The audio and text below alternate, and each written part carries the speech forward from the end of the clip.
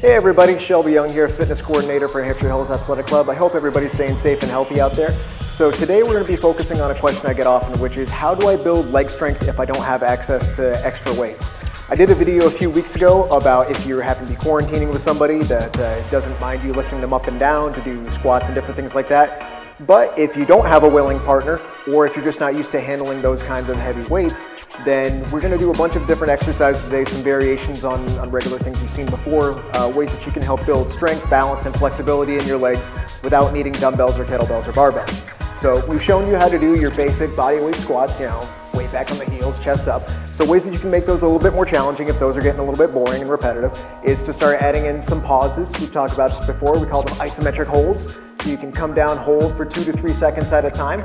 You can do what we call a 1.5 rep. So where you come down, bounce, come halfway up, then come straight back up. Coming down, halfway up, straight back up. And you can do that with just about any leg exercise. Another way we can modify these to make them a little bit more challenging, a little bit more variety, is if we kick your stance out into what we call a sumo or plie position. So with the knees out, toes out, you're gonna still keep that nice tall chest, so we're sitting back, so really working on the adductors, the hip mobility, sinking down, coming straight back up. So you can hold an extra weight if you want, or you can do these without weight. So staying with our focus on the inner thigh, we're gonna widen our stance out even more and come to what we call a lateral squat. So I'm gonna shift my weight off to one side, so keeping this knee nice and straight and coming back up. So weight still goes back into the heels, so the chest is gonna come down just a little bit, but keeping a nice straight spine. And you can do all of your reps to one side, or as long as you stay angled outward, you can go one side to the other. Another variation on this is what sometimes is called a Cossack squat or a rotational squat. I'm still gonna shift off to this side, but now my toes are gonna pop up on this foot, so really getting into the hamstring of that leg. So again, you can go all the way to one side, or you can go back and forth. This does definitely challenge the balance. So to modify each of those, we can go from staying out wide, now we're actually gonna step out and come back up. So a lateral squat, or a lateral Cossack squat. And again, you can go all to one side, or you can go back and forth. And you can mix them up. Just different ways to keep things interesting. So for more of kind of unilateral single leg strength, we've shown you how to do your basic split squat before, so back tall, abs in, so sinking straight up and down. So you can make that a little bit more challenging by making it into a reverse lunge, so stepping back and coming back up. Or you can make it a forward lunge. So forward lunges are a little bit tougher on the back knee, so just be careful with that if you have knee issues. But if you're feeling good, you can step forward and drive back up. And again, you can plant one foot and go forward and backward. So alternating reps of forward and backward lunges. So just some different ways to play with that. If you're looking for a really significant challenge, I recommend starting with a pillow or a step or something behind you to help you as a depth meter. Have a desk, table, or bar, something handy to help you with balance. But you're gonna keep your chest up. We're gonna sink back into a skater squat.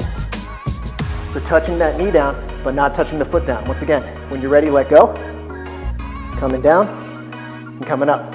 So the lower object you use, the harder that's gonna be. So those are all kind of quad dominant exercises. If we want to get more into the hamstrings and the glutes, we're gonna do hinging actions. So we have our basic two-legged hinge.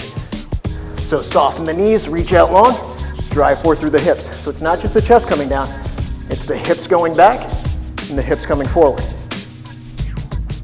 So again, to make that more challenging, we're gonna switch to a single leg variation. So we still imagine that rope pulling your hips back and coming up. As you can see, the balance is definitely tough. So this would be kind of a moving version of Warrior 3 if you're into yoga. So reaching out, coming back up, really trying to get that hamstring and glute to fire. Good. So now we're going to work our way down to the floor and work on some more posterior chain exercises.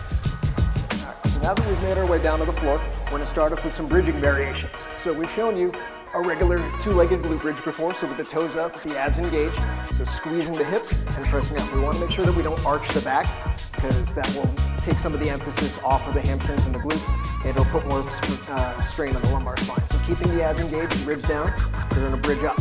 So again, if that's too easy, we're going to tuck one knee in, work on driving the hips up, using just that one leg.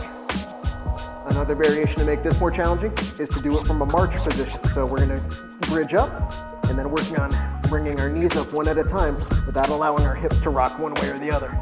Keeping hips level, you can grab a hold of your pelvis if you want, if that helps you keep your hips right in the line you want it to be.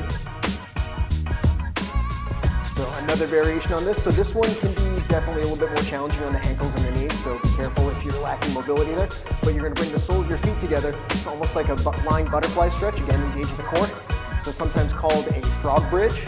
So we're going to squeeze, lift, and come back down. So again, squeeze, you want to pause the top of each one to make sure that you're not bouncing in and out of position there. So then from there, we're going to have you turn over, coming to a tabletop. So nice flat back, hands under shoulders, knees under hips. And a couple different exercises you can do here, still focusing on the glutes and the hamstrings. So what we tend to see kind of butchered with this one is people let their spine go. So they go to bring their foot up and their back just releases, which once again, it takes a lot of emphasis off of the hip and makes the back work harder than you want it to in places you don't want it to. So keeping the abs in tight, we're gonna work on lift the hip, or driving the heel up to the sky, squeezing the hamstring. You can see my spine's not moving. My foot doesn't go anywhere near as high, but my back is much safer. You can make that a little bit more challenging by straightening the leg out, so lengthening out the lever. So then from there, we're gonna come out to the side. So sometimes called, a urinating dog or all fours clamshell, so different names. But basic idea is we want to bring the knee out and coming down. So keeping the back flat. So trying to pause the top of each one. Again, this is much harder, but if you're feeling up to it, you're going to straighten your leg out to the side, tighten your core, try to lift, come back down.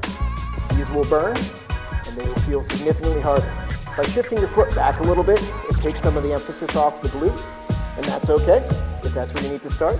But go with the variation that feels most appropriate to you. So those are just some different exercises you can do. Once again, ways to try to build some strength and mobility and balance in your lower body if you don't have access to extra heavy weights. Tune back in soon. We'll have more exercises and ideas for you. So stay safe, stay healthy, and we'll see you later.